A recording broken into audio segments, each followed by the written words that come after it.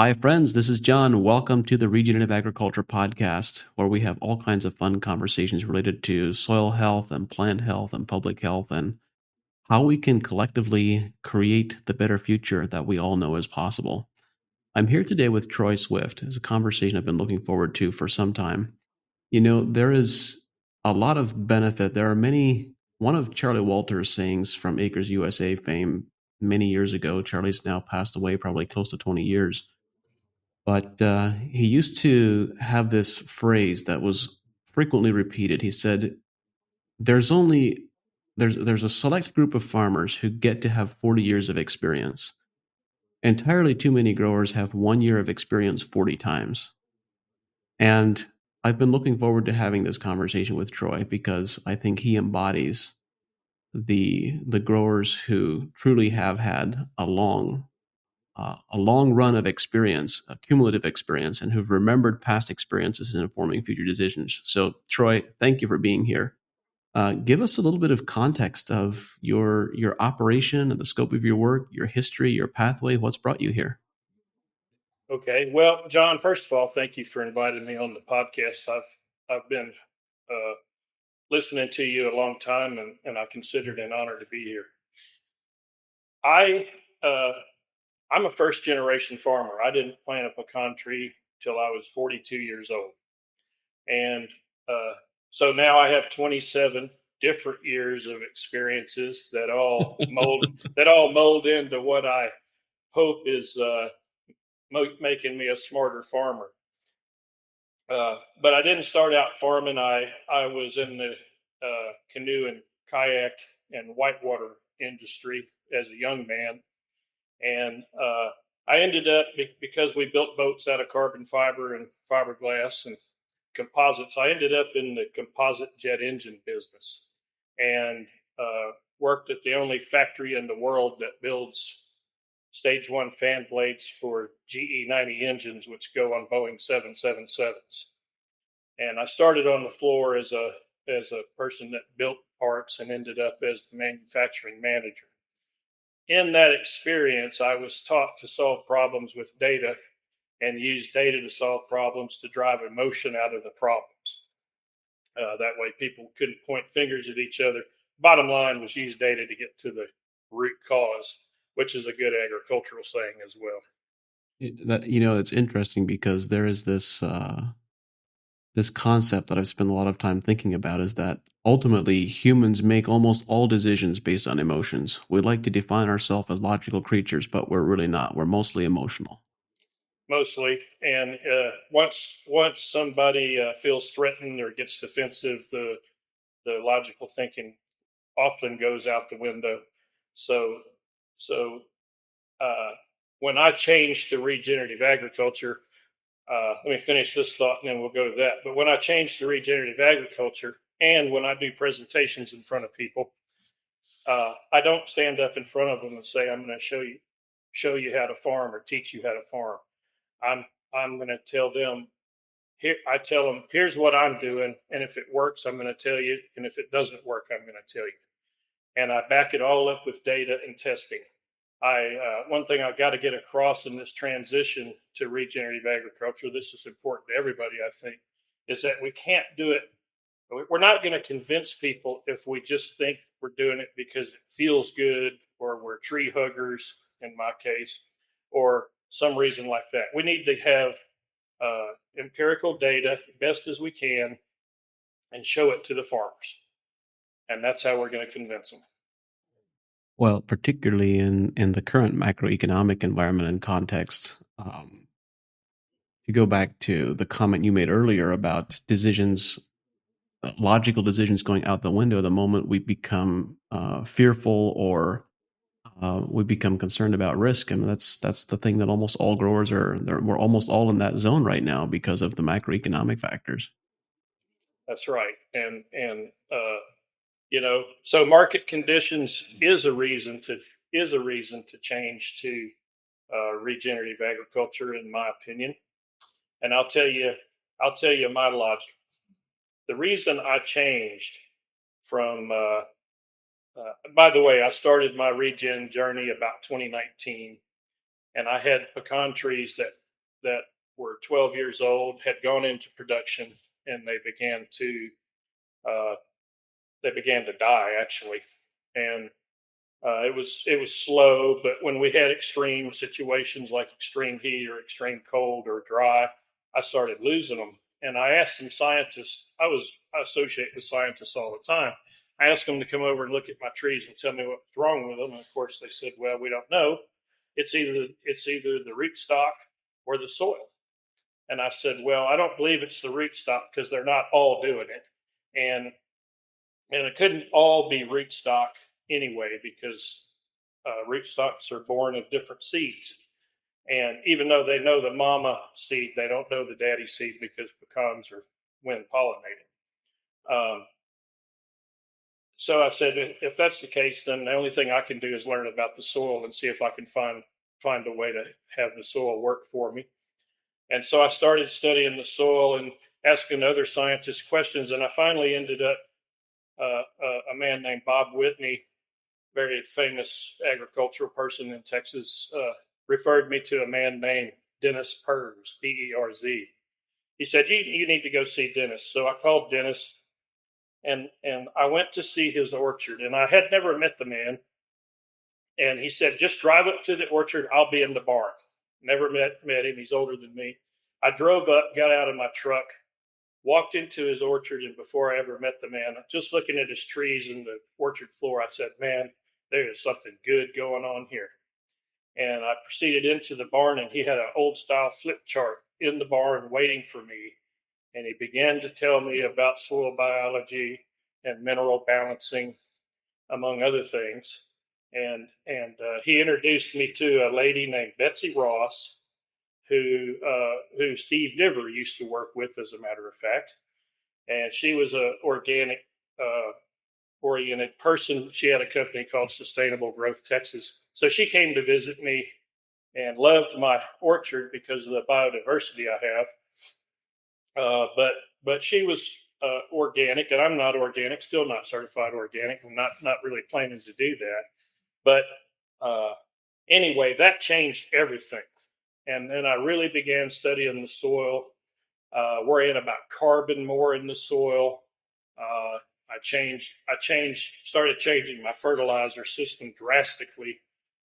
Reduction of nitrogen, and increase in humates and carbon-based fertilizers from multiple vendors, and then we got in a program. The Noble Research Institute found out about me and invited me into a program. And I don't know if you know them, but they changed their charter to soil health about 5 or 6 years ago. So now we're in a study that's 6 years long, where they come in and do soil testing, and that's Haney and PLFA testing, leaf analysis, not sap analysis, conventional leaf analysis. And then here's a biggie that I hear on your program a lot, and that is nut nutrition. So we're going to see if we're building a better nut from a nutrition perspective. And then they also do food safety analysis on pecans that are on the ground to see what kind of effect animals have on the food safety. So the point is that I'll get into a lot of these experiments if we have time. But the point is I'm backing it up with data, and I think an important aspect of that is those scientists are coming here, and they are taking the samples, and they are doing the work, and that drives the farmer bias right at it. I can't want a soil test to be better than it is. I can't go select a place I know it's better. They have all this GPSed out. They have trees marked and areas marked, and they do the same places over and over.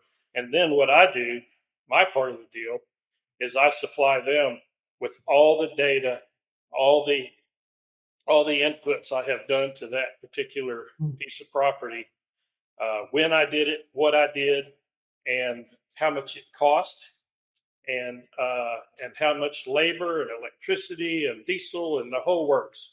And then they go, that, for one thing, that caused me to focus in on my costs a lot better.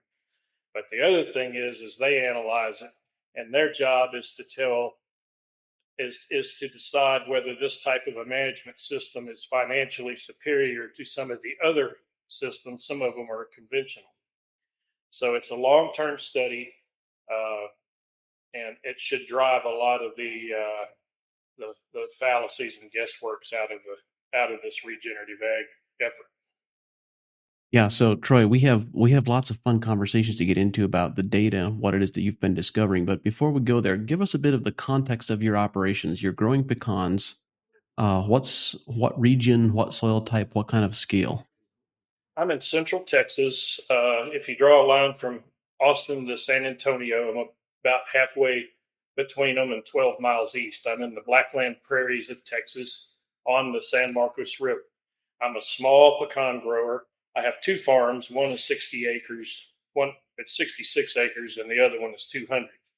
But I only have about 60 acres in man planted hybrid pecans, and the rest is in native pecans because this part of Texas is the homeland of the native pecans. So if you want to see giant pecan trees that quite probably the Comanches ate pecans off of, this is where it is. Big trees, and Texas history is not all that old. So 200 years ago, the Comanches were here, and those trees were too.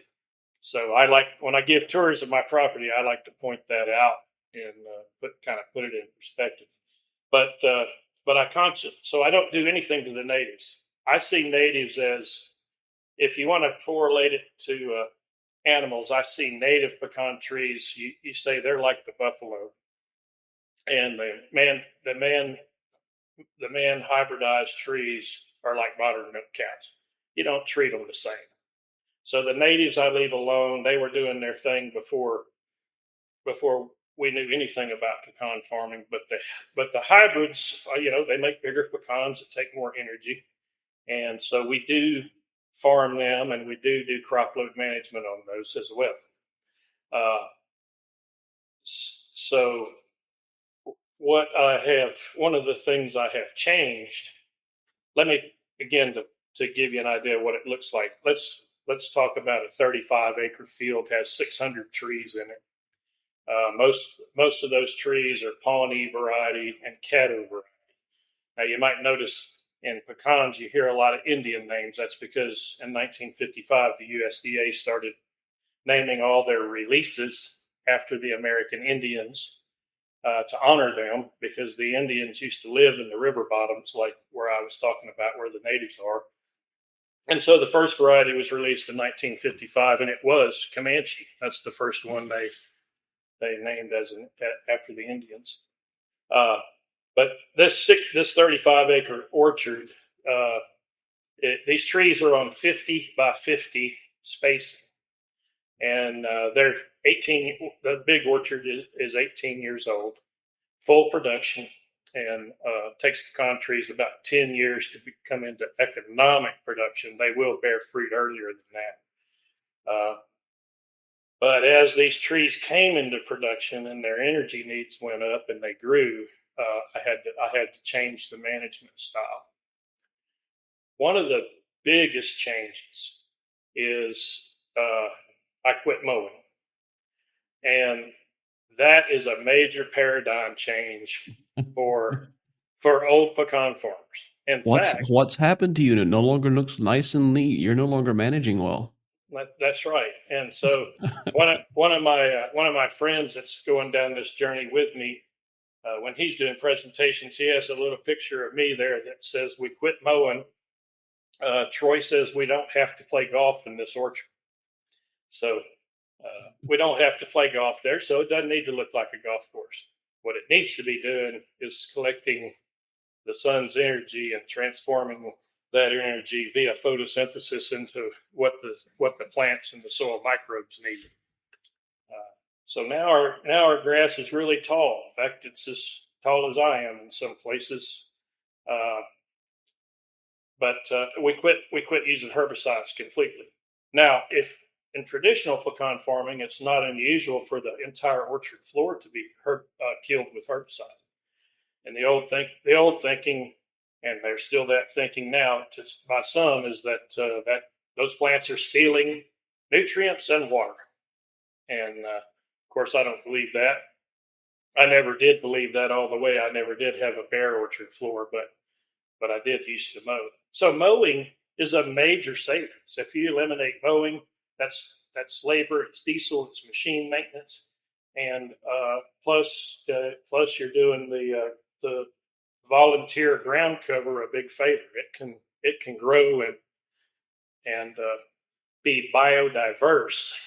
Well, give us some context for you said you're in the Black Prairie soils there in that region of Texas. And I know there is this common conception by people who are not familiar with tree growing to say, well, you have a tree that has this deep root system. It's not as dependent on the surface layer roots, but in fact, many trees are very dependent on getting a lot of nutrients from that surface layer, from that top 6 to 10 inches to a foot deep of soil of shallow feeder roots.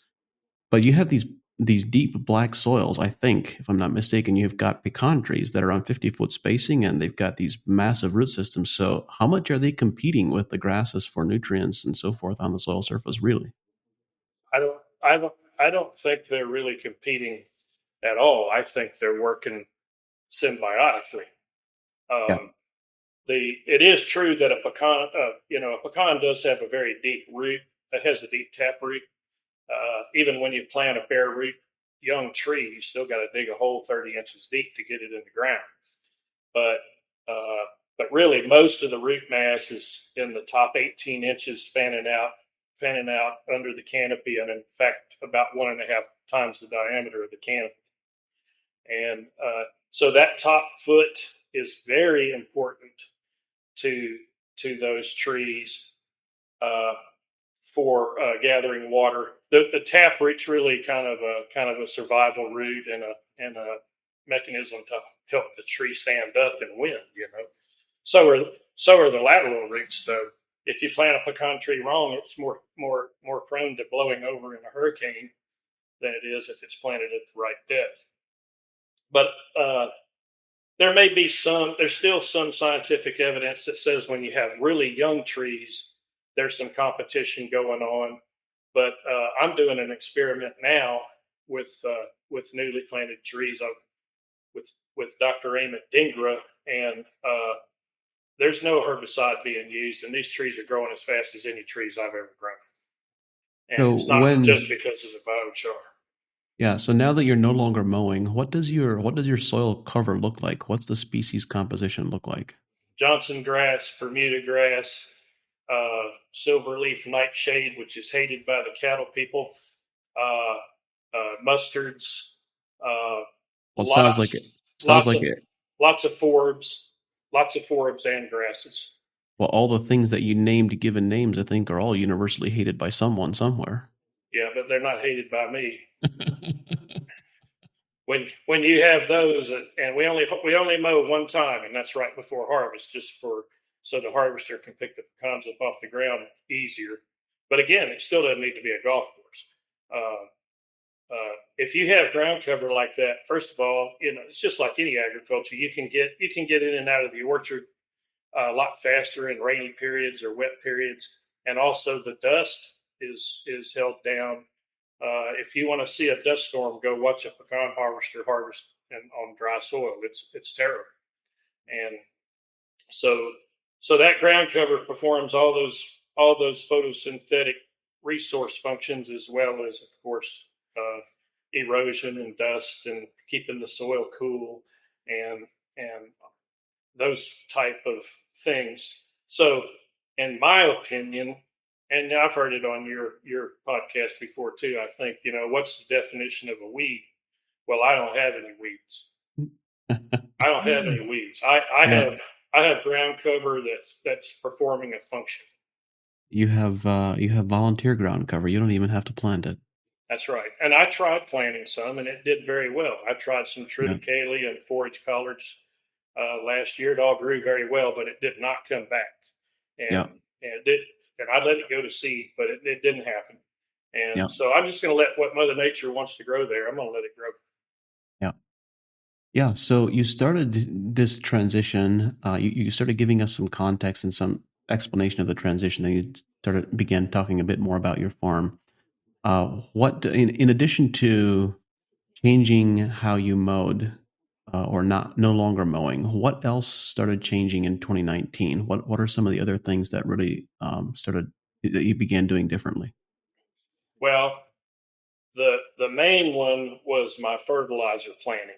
So so after mowing, I said, uh, you know, I've been hearing about nitrogen maybe being over applied, and so I started thinking about that, and I started changing my uh, my ground applications of fertilizers to reduce nitrogen, and I started increasing uh, biology applications and adding a lot more humate based fertilizers.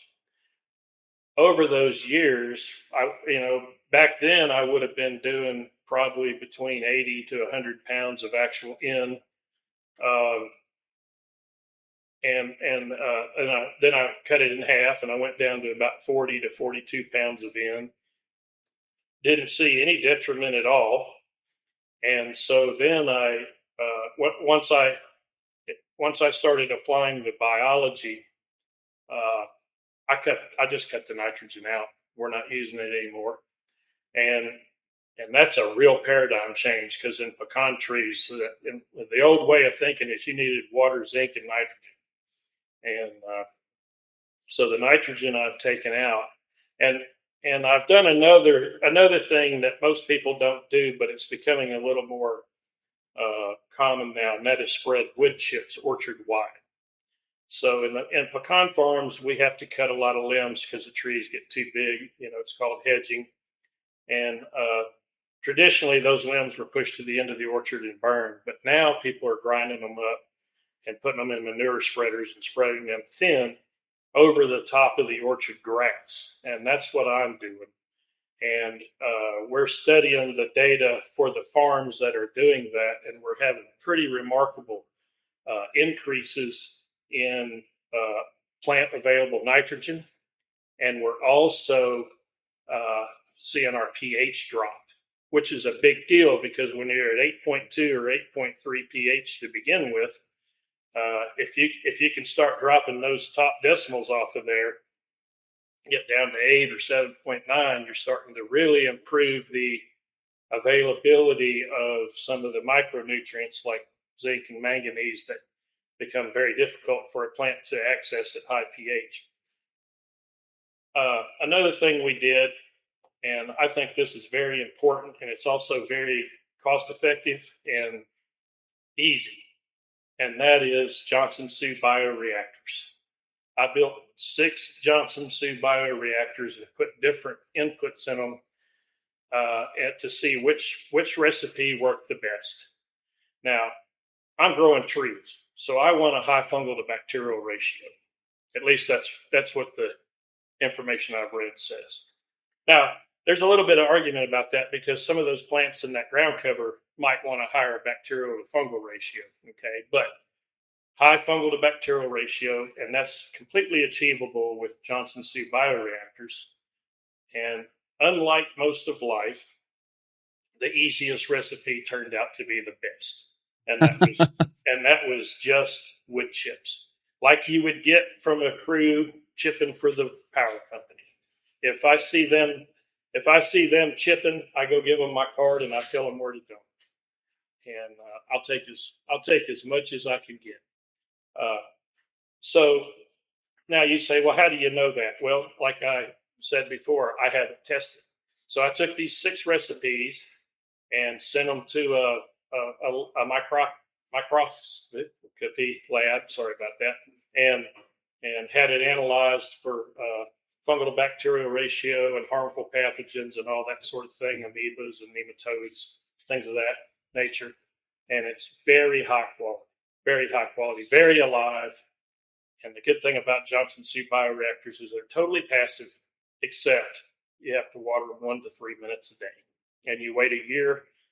And the remarkable thing is you can take this material, this mature compost, which looks like compost, smells like compost. It has arthropods and all sorts of living creatures in it, and it dissolves. So you put it in water, and it dissolves, and then you can spray it on your orchard floor. So I have a ground rig, and even came along and built a device with a bunch of shank blades where I inject it in the soil.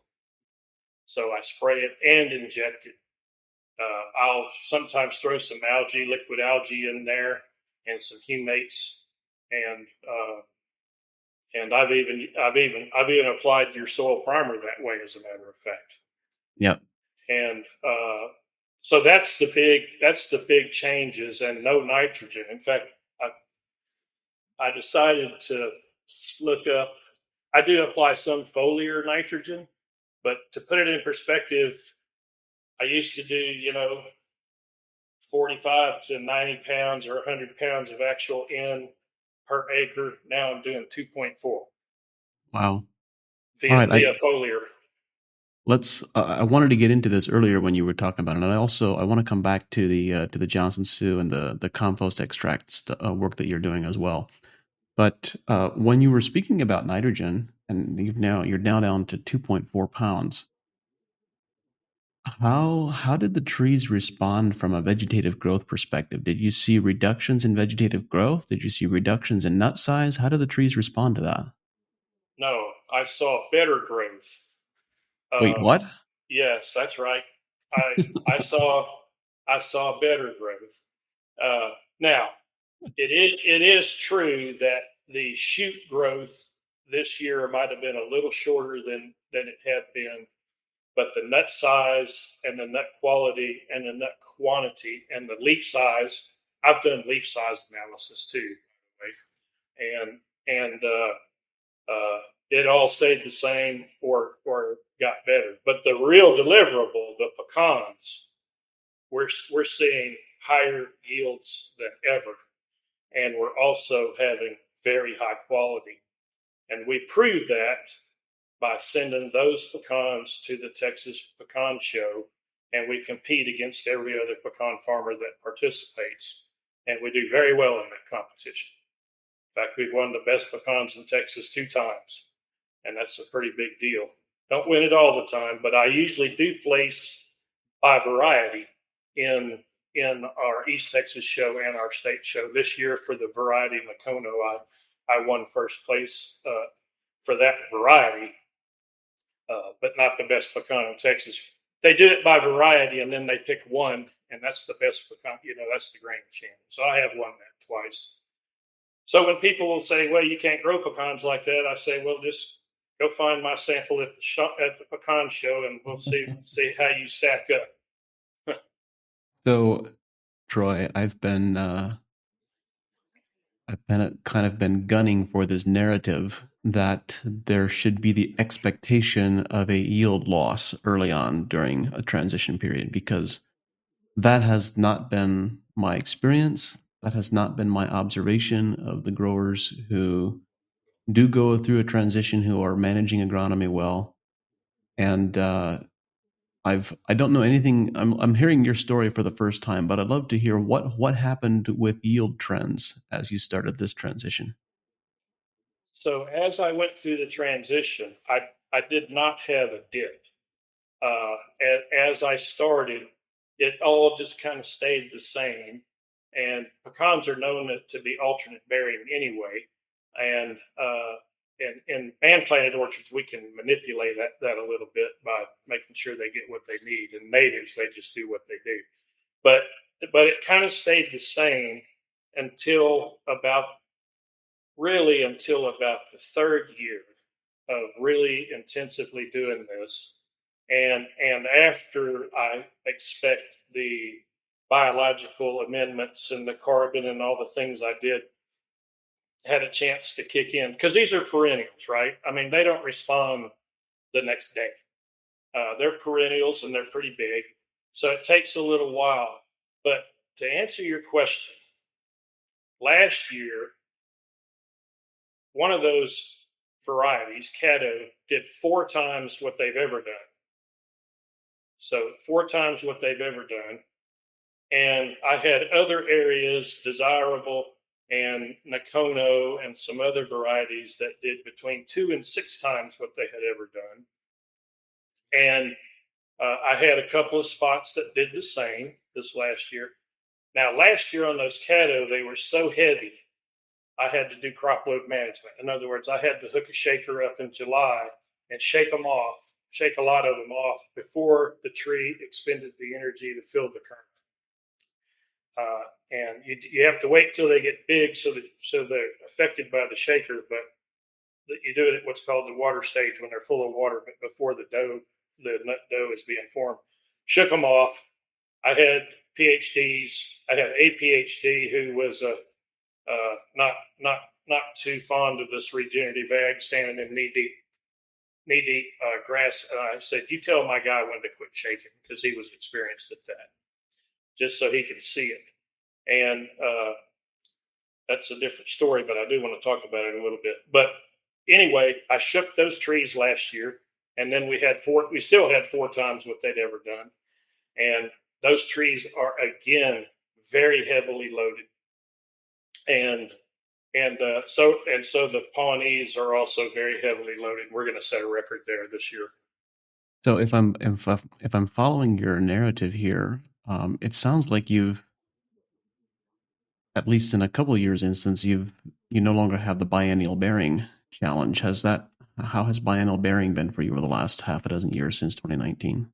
In the orchards I'm talking about, I have not. What we've done is taken extremes and flattened it out. You still get some variation, and I would have expected this year on those Caddo to have a what we call an off year, although it's not off at all. And so I think we're smoothing it out. I think we're increasing production and we're smoothing out alternate bearing. That's what I So think we're doing, and we'll see in the next 2 or 3 years, But yeah. that's what it looks like. So as you've been on this journey and exploring doing things differently, what have been some of the memorable moments? What are some of the stories and the highlights that really stand out in your memory? Well, I'll tell you, this is something that stands out, and it's also very important, and it's the impact on other farmers and academia. So I have, first of all, despite the fact that I turned to regenerative agriculture and I'm a small pecan farmer, I'm the president of the Texas Pecan Growers Association. So I'm a visible person in the industry. And last year I did a presentation about all of these projects I'm doing in front of the whole convention. And in earlier years, I'd have probably been run out of the hotel, but You never would have become president. Yeah, that's right. And they still elected me president. So now what I do is I offer my place for research. And I can't believe how many PhDs and institutional people want to come do research in my orchards. And I can go through that if you want to hear. If you want to hear the list, it's pretty long.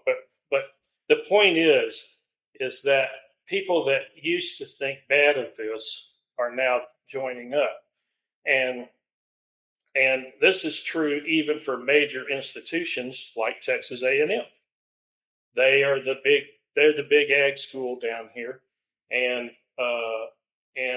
so let me put it this way: my last field day, I had 11 PhDs sitting in the orchard on a lawn chair listening to what we were talking about. And if you can look at those trees and tell me I have to have nitrogen at the old prescription, I say look at that tree right there. And so I had the head of my pathology from Texas A&M and the head of horticulture there too, and some of their people and other universities and Noble Research. The point is, I don't mean that to be bragging. What I mean is that people are interested, and it's important and noticeable, which was what your question is, about how we're impacting academia and other farmers. And of course, other farmers are now asking me questions all the time, and there's several of us in this study. This is a very valuable and important conversation, Troy, because it's, I mean, there are all kinds of different scenarios and settings where there's different types of relationships between academia and growers, depending on the context and the crop and what you're talking about. There's a wide variation in cultures all across the country and internationally, but in many cases there is a disconnect between academia and the growers themselves. Sometimes larger, sometimes smaller, but what you are doing, I think, is quite inspiring in that by a providing a landscape and an opportunity for research, you're fostering and building these relationships and aligning that community more closely together than perhaps it's ever been before. And this, it seems to me, this is a remarkable opportunity that we see some growers take advantage of, and sometimes there's enough of a cultural disconnect there that it just doesn't happen very well. Well, I've kind of made it my mission because of place in life and my age and the size of my farm. I'm never going to be that pecan farmer that says I grew 1,000,000 pounds or I was the biggest grower in Texas or anything like that. That's never going to be me. What I am trying to do is discover these new ways of farming that are better for the environment, better for the bottom line, safer for the employees and the visitors and the families and the food nutrition. I want that to be what I have provided people a place to study, and they're taking me up on it. I'll tell you a joke, and I don't mean this bad, but it sounds bad, but it's not.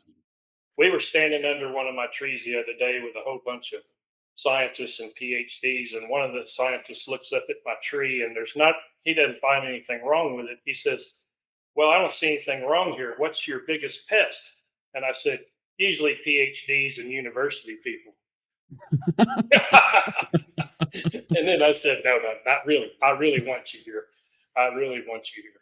And we just had a girl here uh, studying. She's been here twice. Her name's Mackenzie Stock out of New Mexico State. She was here studying mycorrhizal fungi associations with pecan tree roots, which in my orchard I find very interesting because we haven't even talked about something about fungicides yet. But one of my big goals is to reduce and eliminate fungicides, and I'm being very successful at it. Uh, I think the Johnson Sioux biology, I think the enhanced biology in the area, in the soil, and in the rhizosphere is quite possibly helping that. Of course, I don't have a way to prove that, but I'm also spraying bacteria on the leaves to induce systemic acquired resistance, and I'm doing that early and multiple times. And I've taken my fungus Pawnee, by the way, is a very scab fungus prone variety. I've taken my scabs, my true fungicide sprays from 5 or 6 a year down to about 1 or 0.5. And I intend to get rid of that last one this next year if my experiments keep showing the results that I'm getting now. I was about to ask the context of what common fungicide applications are. What about insecticide applications? What is the common cultural practice there, and how has that shifted for you? Well, that didn't have to shift too much for me. A lot of people spray broad spectrum for lots of different insects or arthropods. I learned not to say insects a long time ago. If you're talking about small creatures in general, you say arthropods because there's others besides insects. But Yeah. but uh, I never did spray broad spectrum. We have a pest here called pecan nut case bearer. It comes at the time when the pecan is really small, usually around the 1st of May here, but that's different as you change latitude. So you can spray a lot of different insecticides. It's a moth larvae that destroys the whole nut cluster. One egg can destroy 4 or 5 pecans. This is why we started experimenting with bats, by the way, because they eat moths. And and so I've only ever sprayed one for that pest, and I spray a specific insecticide that is not broad spectrum. It only affects larvae. But this year, in one of my orchards, I didn't spray at all. So this is the first year I have eliminated a insecticide completely, and I have a very good crop there. And I went up and monitored it. I got in a man lift, and I went up and evaluated the damage of the nut clusters, and presented that data to scientists down here that care. But you can use an insect as a what's considered a bad insect as a beneficial. Remember when I was telling you we had to do crop load management? Right. Well, that means I'm shaking pecans off the tree before they're mature. But that tree has still put all that energy and effort into making that fruit. You can use pecan nut case bearer. If you have too big of a crop, you just let the pecan nut case bearer take them off when they're young, and then the tree doesn't even have to feel that fruit. So that's what I did at this orchard. I said I'm just going to let them take what they want because I got too much. I got more than the tree can bear anyway.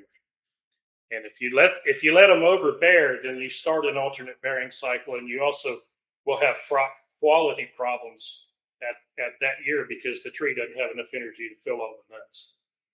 So, Troy, I'm going to ask you a question.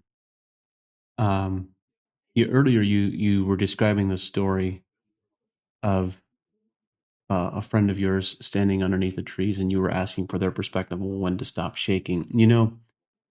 One of the things that we've observed on apples and on a number of other crops who are also prone to biennial bearing is that as the nutrition improves and as the tree health improves, the ability to handle fruit load changes and the biennial bearing threshold changes, that the number of nuts that a tree is can be considered to bring to harvest uh, will can sometimes change dramatically. On a couple of apple varieties, it changed by a factor of 100%, where they essentially doubled the fruit load that the tree was capable of handling without inducing biennial bearing. So it's still early days for you. Do you have any thoughts about it's? It's interesting to me that these trees are demonstrating they have the genetic capacity, the genetic potential to handle and to set these very large fruit loads. But then, do they have the ability to bring them all the way to harvest? What do you think you'll expect? What do you expect to see happen in the future? I think I'll have increased production with high quality. So we just got to monitor that. We want to make sure we don't make too many pecans that aren't good because, by the way, I retail almost all my pecans. I don't go into the commodity market for price reasons. Oh, I But know a lot of listeners are not going to be happy if I don't ask this question, but yeah, where do you retail them? Under what brand? Swift River pecans.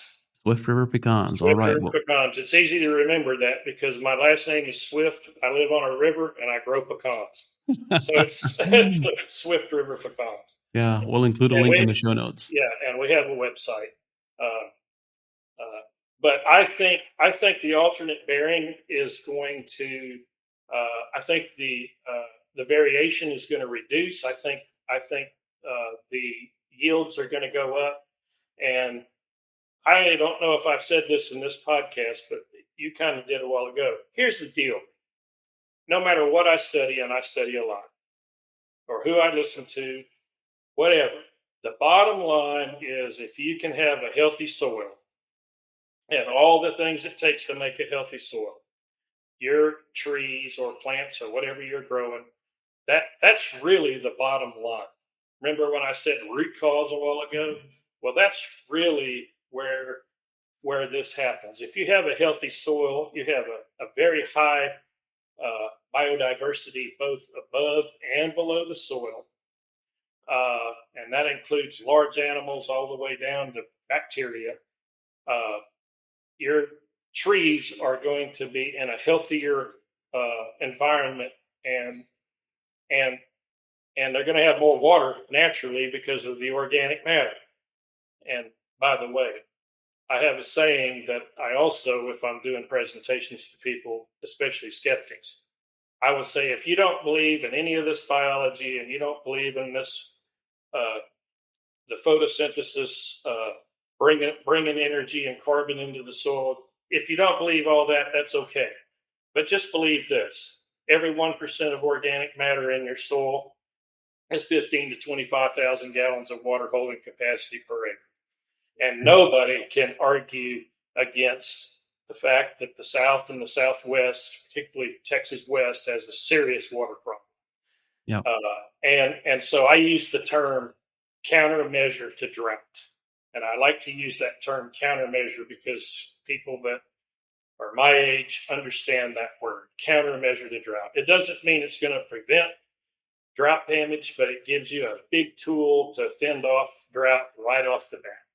And so if you get ready now when your drought comes, or it cannot be just a drought, it can be politics, it can be restrictions, it can be a number of things that cause water not to be able to get to your crop.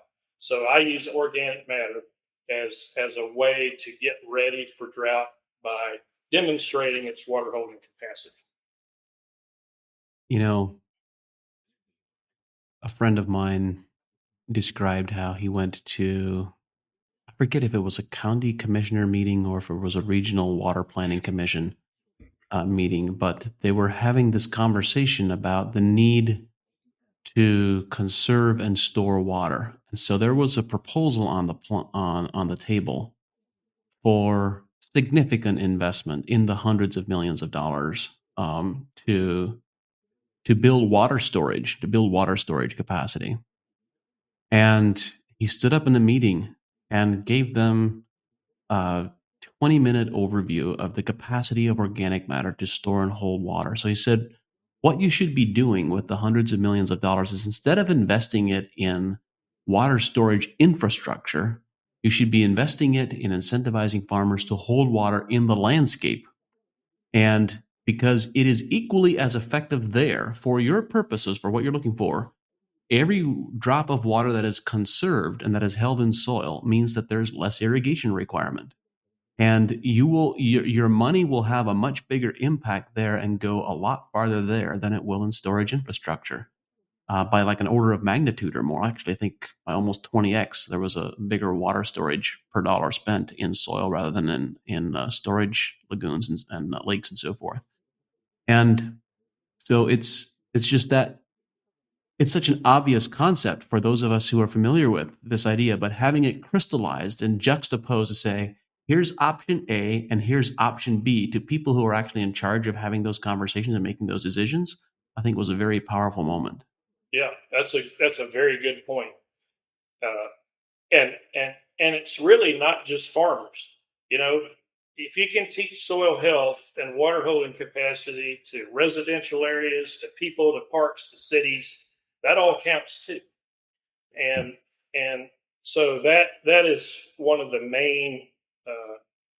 To me, that's one of the main subjects that needs to be talked about in regenerative agriculture and soil health.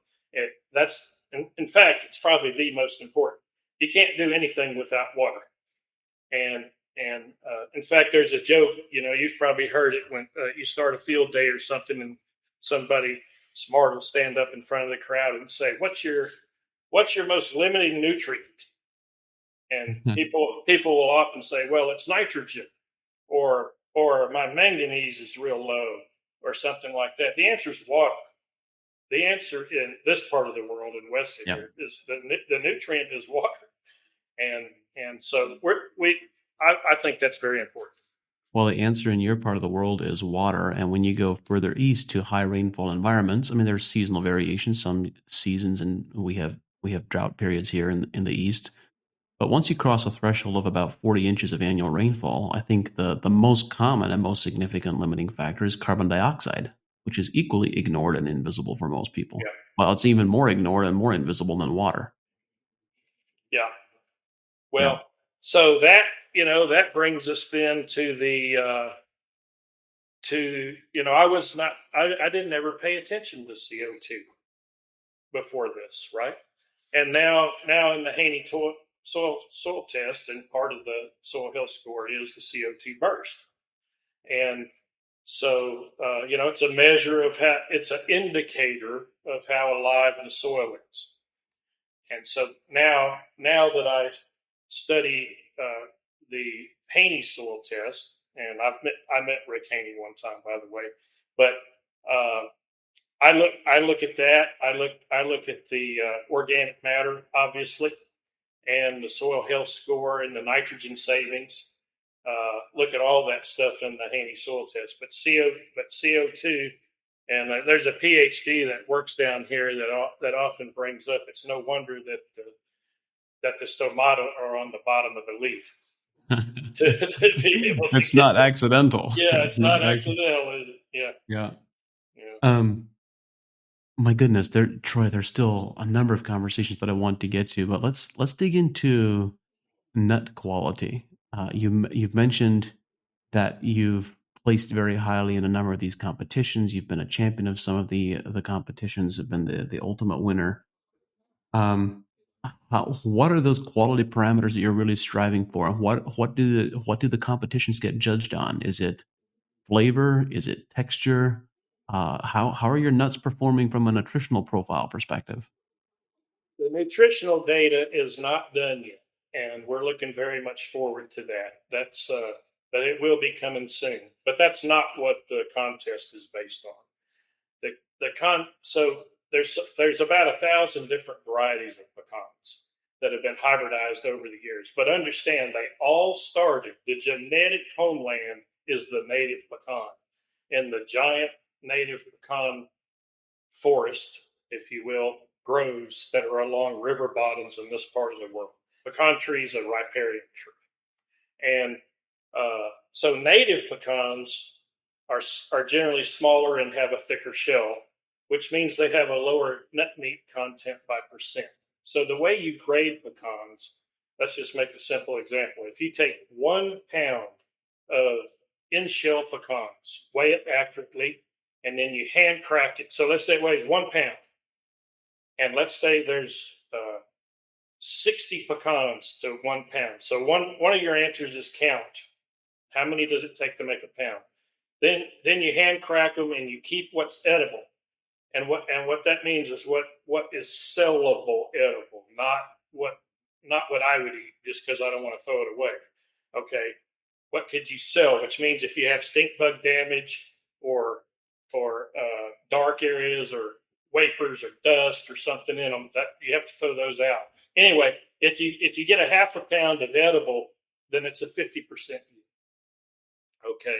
And if you're buying pecans bulk, if I'm selling you an 18-liter load of pecans, you're going to ask me how many per pound and what's the yield. That's what you want to know. You're not going to care about the variety unless you have a customer that does. But by variety, then they take the pecans. You turn in 45 pecans of each variety. They only let me turn in 6 varieties, and I grow more than that. But it's how They don't want you winning all the competitions. so you do that, and they so it's nuts per pound, and how consistent the nut looks. Does it look? How literally it's subjective. Literally, how pretty is the pecan? Is it well shaped? Does it have undulations that it shouldn't have? Does it have insect trackings on it? You don't want any of those in that context. Are you referring to the nut shell or the nut meat? The nut shell. Right now, see, when you turn it in, you only Right. turn them in shell. So even I don't know what they look like on the inside. Got it. Now I have a good idea because I will have sampled. I will have done statistical sampling to know that I got a pretty good chance this is going to be a good sample. But you never know. I mean, a stink bug leaves a black spot. If you ever see a pecan with looks like a black freckle, that's a stink bug damage, even through the hardened shell.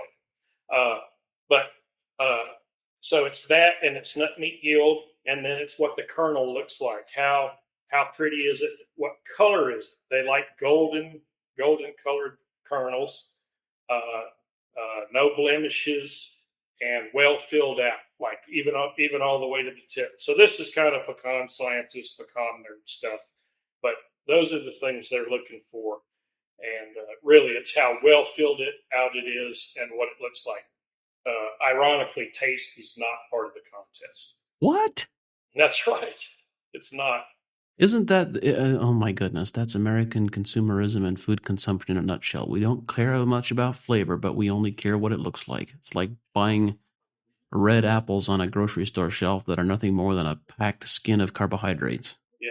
But there is kind of a reason for it. Like if you come in my store in November, I'm going to have 6 or 7 different varieties laid out on my counter for you. You're going to come in and say, Troy, what's the best pecan?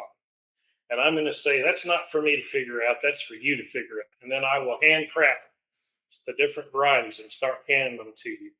And you're going to pick one. Most people pick one immediately. Sometimes a person will say, I can't tell the difference, but usually somebody will pick one immediately, but their wife or their friend or whoever they're with will pick a different one. Mhm. So what people are trying to taste when they're tasting a pecan, they don't know this, but I think subconsciously they're trying to find what is the sweetest one, and that's what they don't even know they're looking for that, but that's the one they pick, and the one that's sweetest to me might not be sweetest to you. So I don't know if Well, that's why it's not in the contest, but that's what I see. well, uh, years ago I read this fascinating little book that was titled Biochemical Individuality.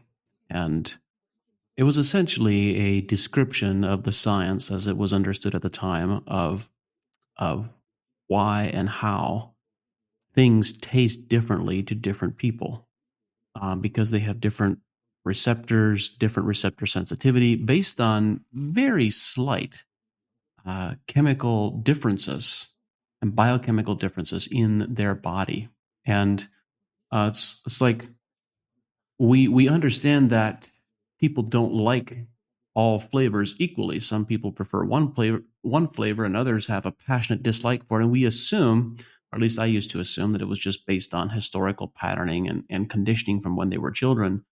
But in fact, the realization is that everything tastes slightly differently to different people. They're actually not tasting the same thing. They're maybe consuming the same food with the same makeup and the same composition, but the flavor profile that they perceive can actually be very different.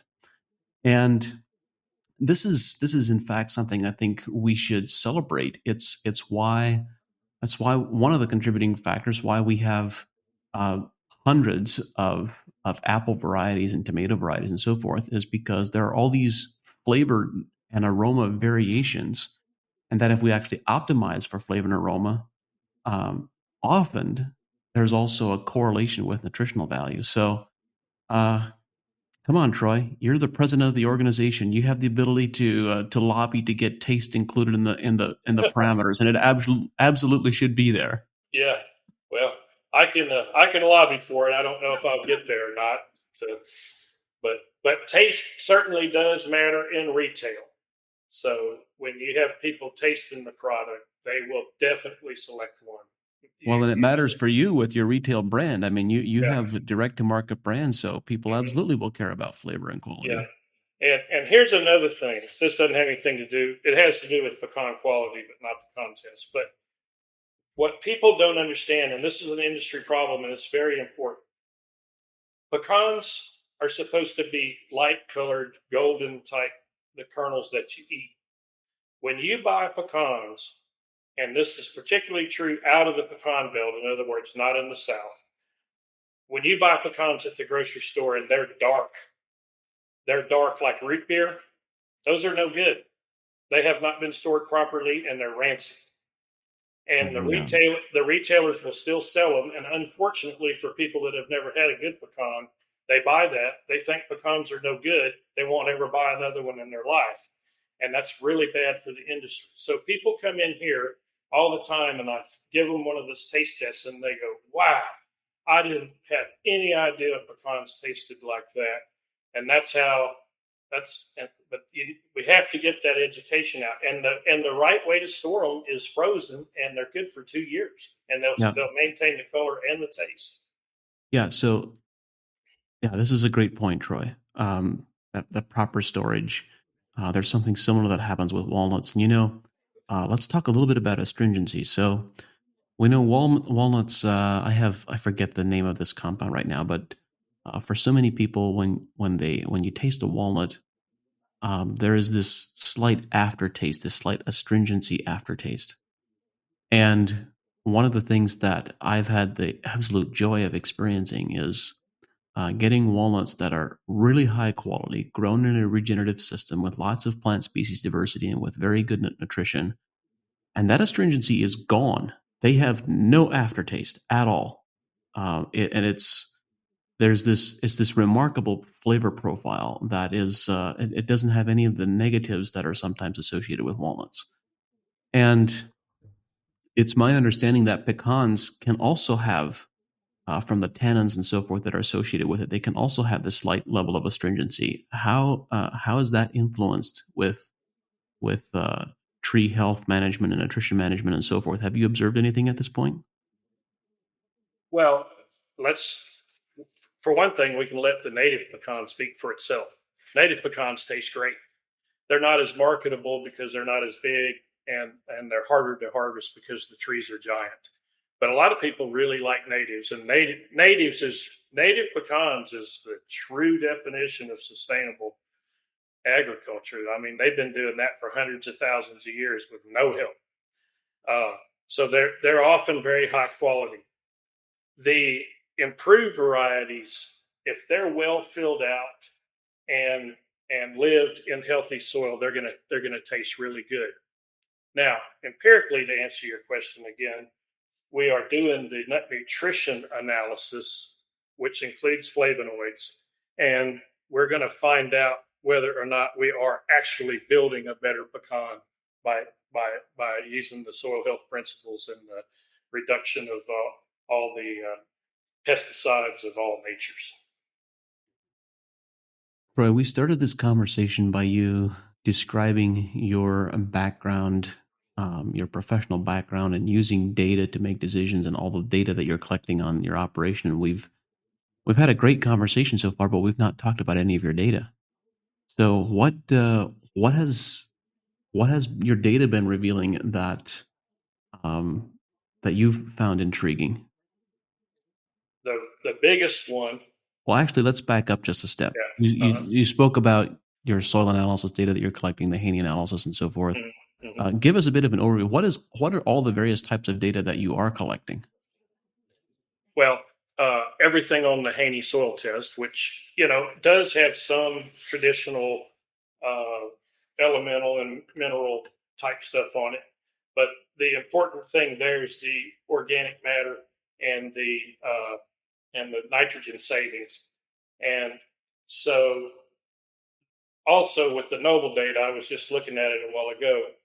Here's something important: since we've changed our uh, uh, nitrogen management, essentially taking it away, our plant available nitrogen has gone in the soil samples, has gone from about 20 to 30 pounds per acre to 60 to 90 pounds per acre. So it's doubled. The available nitrogen has doubled by taking the nitrogen away. This is amazing to me. And so, this is not my discovery. This is what got Haney onto the Haney soil test anyway, as I understand it. He saw crops growing with no nitrogen applied and said, "How can this be?" And he studied it and found this to be right. So it's this biology is working for us big time. Uh, and with the limited years, I mean, if I keep seeing this, this is very substantial data. The other one, which I mentioned a while ago, is pH going down. pH is a huge problem. You know that. Now I know. I've listened to you talk about pH and redox and that's all of that stuff. But pH is important when you're real high on the scale like we are. So knocking it down a few points is important to us. Uh, the other the the other data that is interesting is the pure economics of reduction of mowing and the reduction of the fertilizers and all that sort of thing. Now, we haven't talked about we let's see.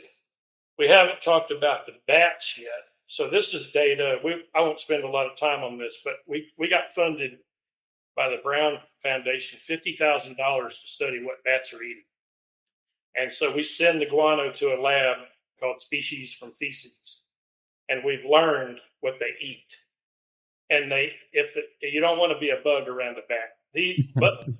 Bats are incredibly important to agriculture.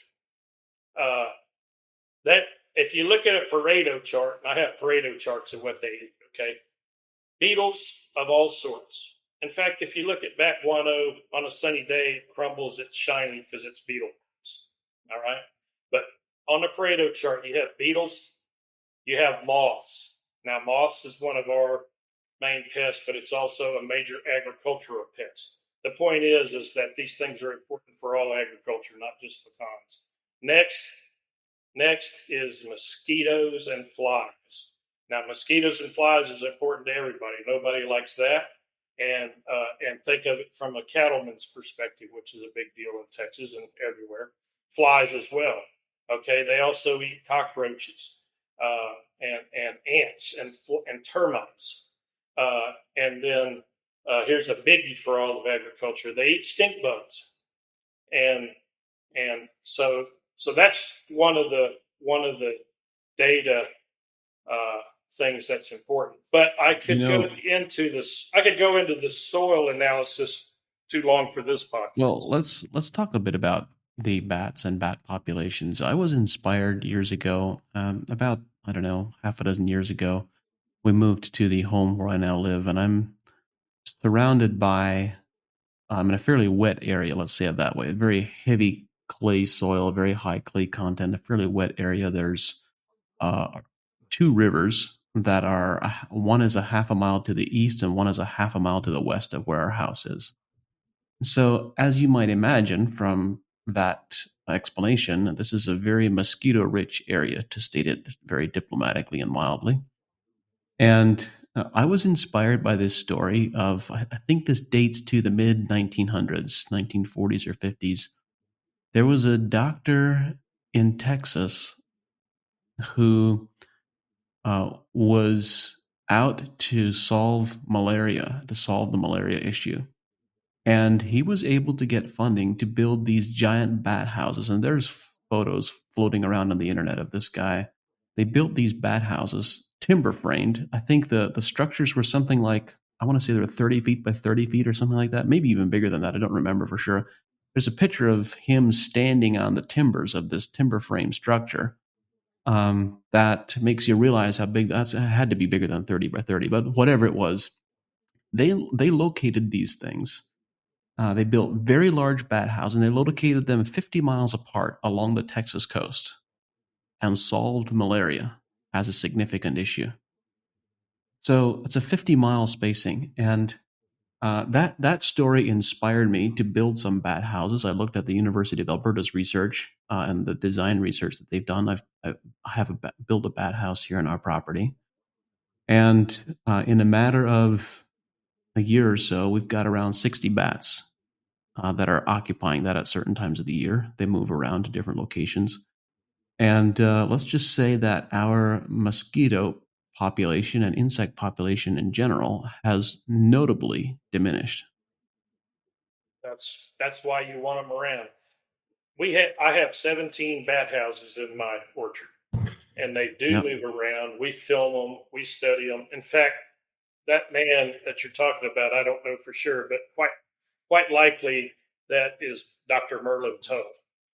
And Dr. Merlin Tuttle has a bat conservation organization called Merlin Tuttle's Bat Conservation.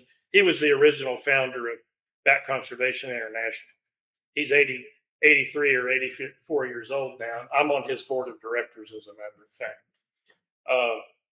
he's the one that got me started. He came into my orchard. He said, Troy, look at the biodiversity around here. You got all this biodiversity, and you have pests that are moths and stink bugs, and you have water close by at the river. You ought to put up a bat house. And I said, well, you give me a design and I'll put one up. And then he came up to my sawmill. I'm in the sawmill business too. We take, if big trees fall, we collect them and saw them and kiln dry them and plane them and sell them for furniture wood. So we had some cypress that's very rot resistant. He saw that. He said, that's the best bat house material I've ever seen. And so I started building them. So we build and sell those as well. But so one of them is called a rocket box. It's about 4 feet tall and about 9 inches square. And to your point, this year we had 397 bats living in that box. And the interesting thing, you mentioned yours move around. They do. They move from house to house. We don't know why. Ours are called evening bats, which are forest bats, and the other ones are Mexican freetails, which are really Brazilian freetails. Now the interesting thing about those, and that's what comes out of the Bracken Cave down here, which is the highest concentration of mammals on the earth. They can come out and fly 100 or 150 miles and eat and come back the same night. And they get up in the jet stream and they can fly, 100 miles an hour. Wow. And it's a fascinating story. But the fact of the matter is, most people have bats all around them and they don't know it. And most people are scared of bats, which is unfortunate because they're very beneficial animals. For instance, I've been in these river bottoms, canoeing, kayaking, camping, fishing, whatever I've been doing. And I've been living amongst the red bat and the yellow bat the whole time, and I didn't even know it for 50 years. And then when we start doing our studies, and we have an event here called Join the Nightlife that's coming up next month, as a matter of fact, we have scientists come in with instruments and computers and microphones and nets and all kinds of things. And we have 7 species that live here. 7 species that live here, and some of them you'll see and hear, and some of them you won't because they're very elusive. So I've learned a lot about bats and really came to appreciate something I never thought about. And the difference is with bats, you don't ever see them unless you happen to catch a silhouette of one, and usually most people aren't out looking for them. The difference is you never see them. They're mysterious. They're hard to study because they're in the night. Versus birds, which you see and hear all the time during the day. So in our orchard, I have videos of both, and I call the birds the day shift, and I call the bats the night shift. Well, all right. This is it. Troy. You're getting exactly to the question that I was about to ask. When you were describing the various insects that the bats are consuming, cockroaches, ants, termites, and so forth, the thought that was going through my mind is that a number of the species that you're describing, I don't think of as spending a lot of time in the air. Sometime, yes, mating flights and migrations and so forth, but I don't think of them as spending a whole lot of airtime. And so for those types of insects, what effect does a healthy bat population have on pest pressure? What have you been observing from an insect pressure perspective? Well, just like you Or said, as you're telling me, arthropods. that's right. And particularly in bat study, you say arthropods because they eat a lot more than insects. Yep. For instance, and to your point about non-flying species, how about spiders? They eat lots of spiders. So that's kind of a bad thing because spiders are generally beneficial. So if a spider doesn't fly, but they do float around in webs, and so if they float around in a web in the wind, they're gone. But the whole biodiverse predator prey relationship is really what we're driving at here. Bats are an important part of it, just like parasitic wasp are. Okay, I'm answering your question in a roundabout way. You don't want to go in and do a broad spectrum insecticide because now you've wiped out all the prey, all the food for birds and bats and any other animal that's in there eating arthropods. And you've given the bats a stomach ache. Yeah, and they will leave if they don't have anything to eat. Just like the parasitic wasp that that Dr. Lewis, I believe, was talking about. Yep. Just like if they don't have any food to eat because there's no flowers in the orchard floor, a bat, if it doesn't have any insects, it's gone. It's got to go live somewhere else, and so do the birds. But the problem is then your aphids and your other species like that flare up because they don't have any predators, and the whole thing goes out of whack. So bats are just a part of that, and so I don't ever get bothered by mosquitoes, and I don't even ever think about mosquitoes. Wait, where do you live again? Oh, that's I right, Texas. live in Texas, and now I'm one of those people that mosquitoes don't bite as much as other people get bit, but still, they're incredible. The problem is they fly in the night and people don't appreciate it. And for what they do for agriculture, they eat corn earworms, stink bugs, everything. And so all agriculture is benefiting from them. And all agriculture can benefit from good biodiversity too. And, that's a big feature of this regenerative agriculture. Yeah. Roy, we got sidetracked. You started talking about your data around economics, and then we shifted the conversation to bats, but I don't want to lose sight of that. Yeah. So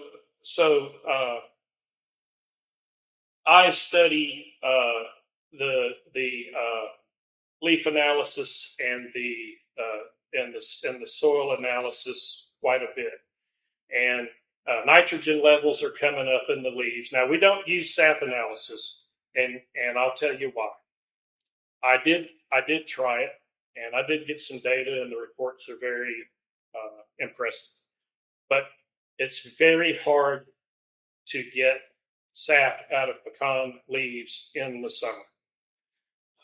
And so, unfortunately, when I tried it, I got the answer of insufficient material, even though I did what I thought was right.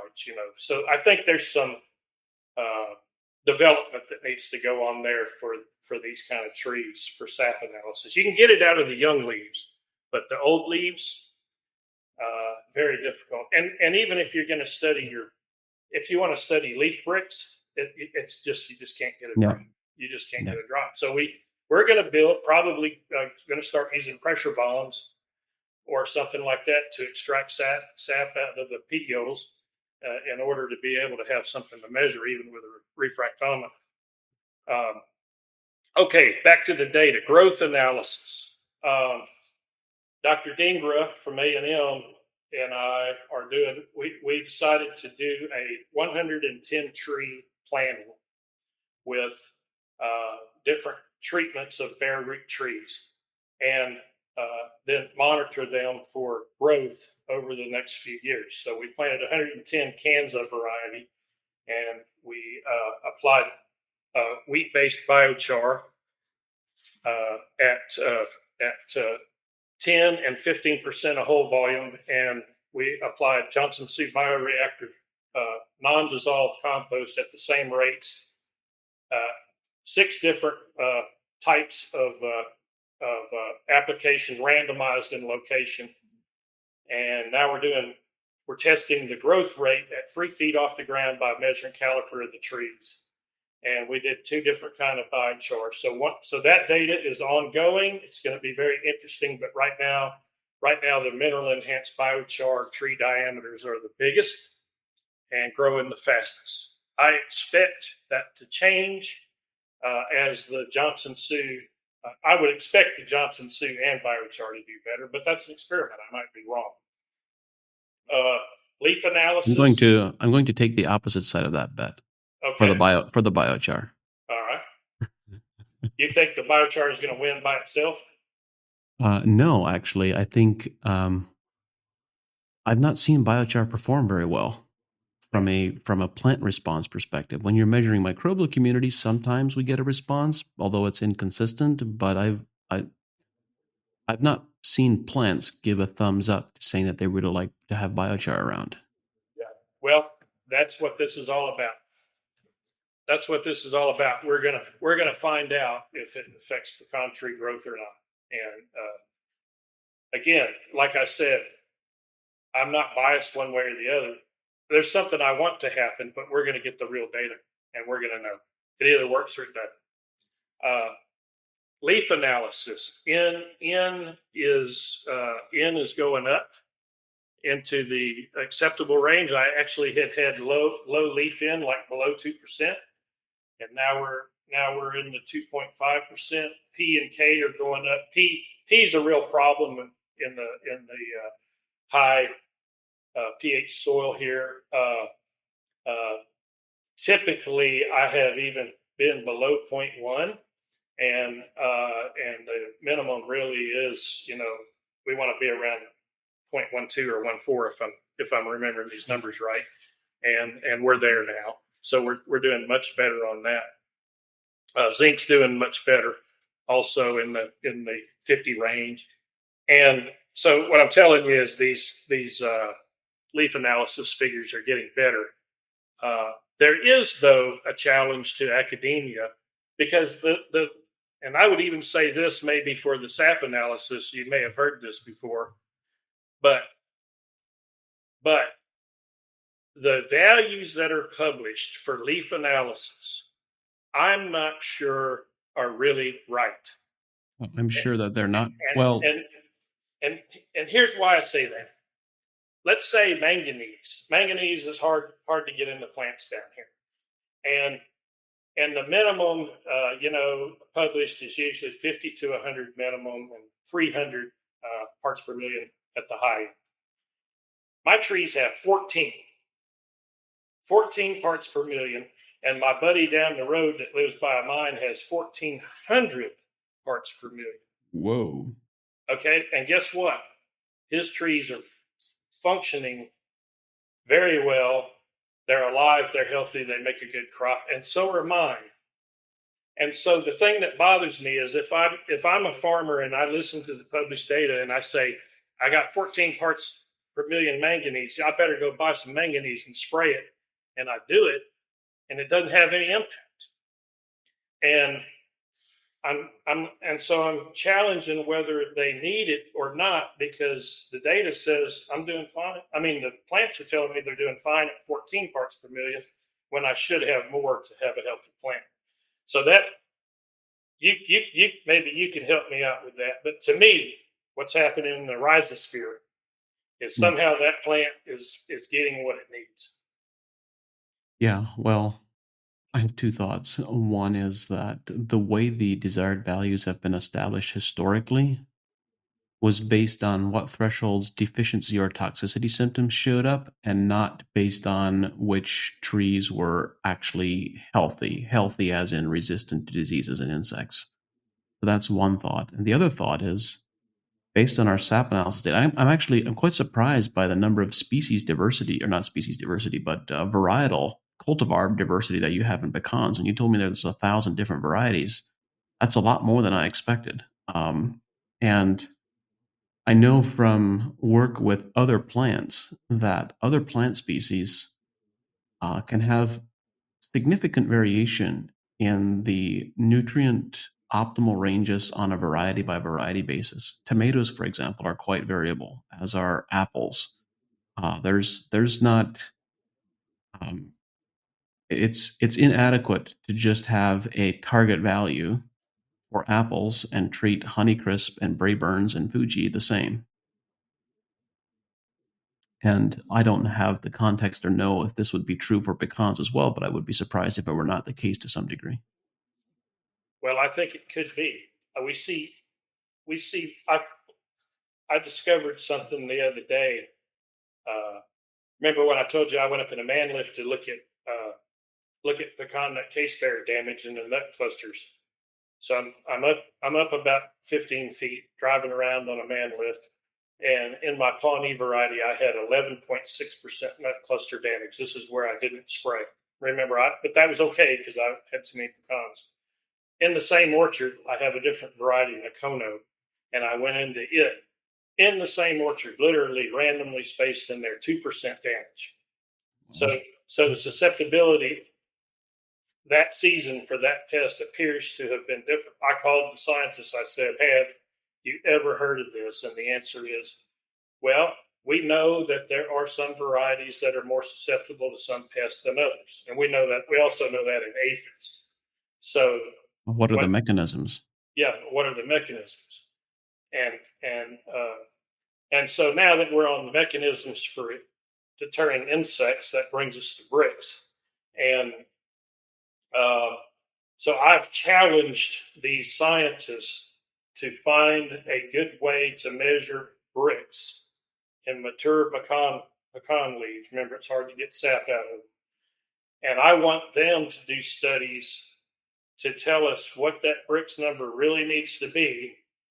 And I know this is a stretch, especially for people that might not want to hear it. But I want them to establish pecan specific numbers, if that's possible, to tell us what bricks we need to get at. And if they can tell us how to get to the bricks, even though it's soil health, in my opinion, but we need to understand that because it'll deter stink bugs, it'll deter aphids, mites, Yeah. moths, and there's another one called a hickory shuckworm. That's also a moth and a larvae.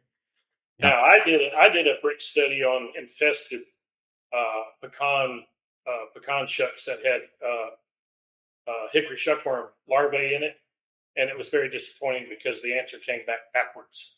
And of course it would, because an infested nut is dehydrated. So when you squeeze it out, it's got a lot more Right. suspended solids in it. So that Right. was my lesson there.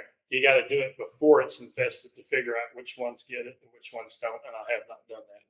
Or either that or do the math to compensate in some way if that's Yeah. possible. Yeah. Yeah. Yeah. So I want to speak about your soil pH and pH reduction a little bit because that's so important for you with the high pH that you're running. Yeah. And part of what you described is interesting because I think it might be different from my what I've observed, and if that's true, I want to understand it. So you were adding or you're spreading pecan chips primarily, as I understood it, which contain tannins, and so those tannins, similar being in the oak and the hickory family, they would have an acidifying effect and reduce soil pH. My observation has been there's been a lot of fear in many parts of the country about adding chips because of acidifying the soil too much and having a negative effect on soil. And I've only observed that negative effect when the chips were actually incorporated into the ground. So when they were spread on the surface, there wasn't nearly the same degree of impact, negative impact on acidifying soil too much. Um, so my questions are, have you been incorporating the chips that are being spread? Are they just on the soil surface? And out of curiosity, I'm curious what impact if you have a centuries old pecan tree. I don't know how much wind you have and how stable the leaves are, but does centuries of leaf deposition dropping on the soil surface might that also acidify pH over a period of time? Well, I guess I don't know for real, but I can tell you that in our soil analysis studies, we're using the native pecan bottoms as the baseline, as the control. And those soil features are very similar to what I have in my orchards. Now, granted, all of this soil is in the same floodplain of the river, but the man-planted orchard is higher in elevation and doesn't flood as often. Sometimes the flooding is very scouring, so a lot of the organic material washes away, but I guess theoretically more washes in too. Um, but there's really not that big of a difference between a native pecan orchard in my area between that and my improved. Now we're not incorporating the chips. We're leaving them on the surface, and we're not even putting enough to kill the grass. We're not using it like a mulch to kill grass. It looks like it had a light snow came through, and you can see the wood chips in on the ground, but the grass is still protruding through it and still able to do photosynthesis. So here's the reasoning for doing that. I'm growing my Johnson Sioux uh, compost on wood chips anyway. So I think the ideal thing is to spread Johnson Sioux out on the ground and inject it in the ground and then cover it with more food that it was already consuming. and just continue the biomass buildup and give those organisms what they have been eating again.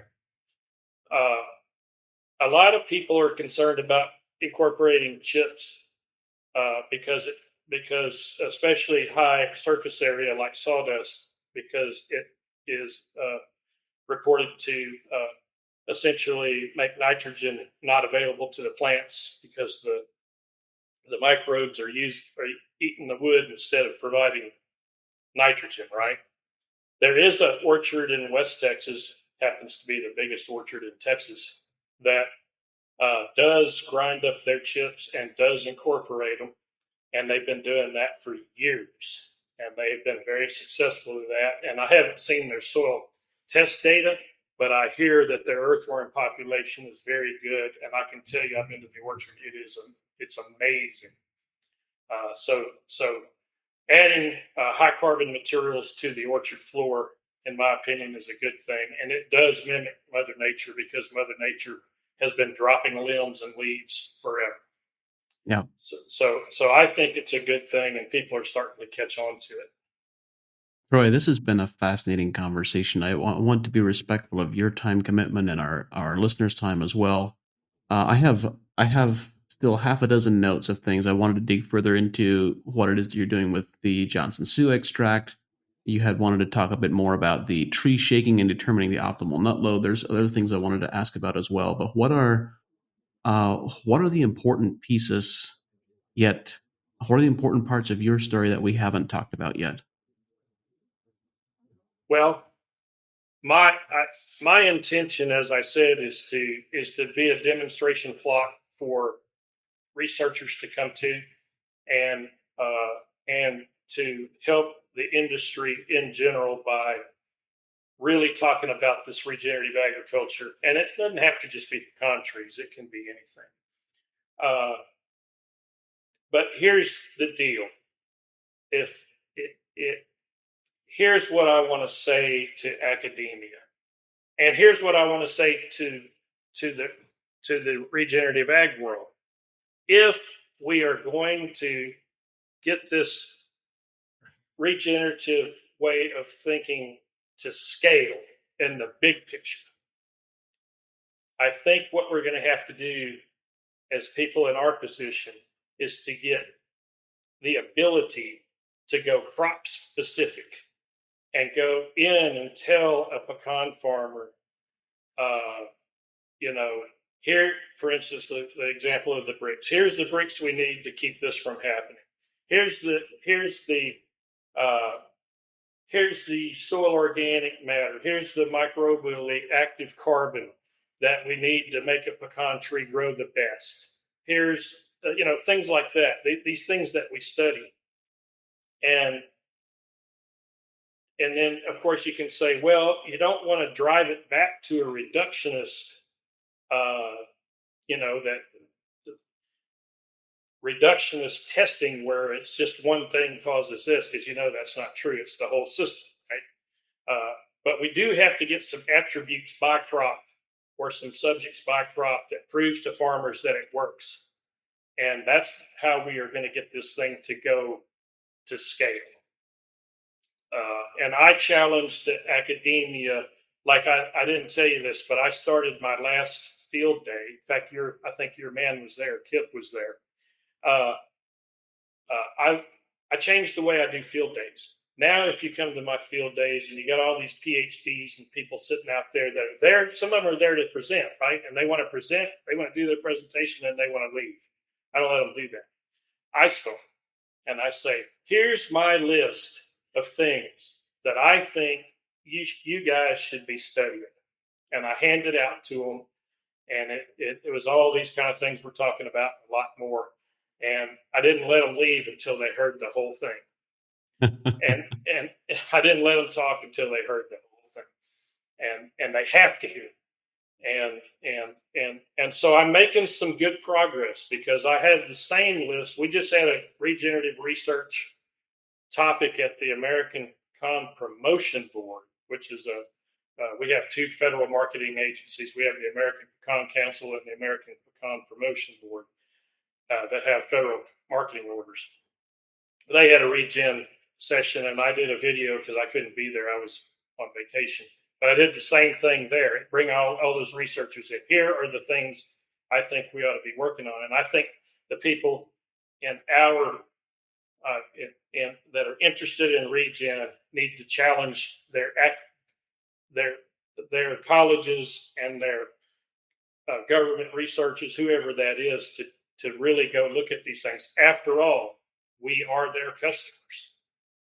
We are their customers, You and the sure about day, that? uh, well, I see it. I see it on my tax statement, one way or the other, don't I? Well, I don't know. I thought it was the agribusiness companies who were their customers. Yeah. Well, oh well, that too.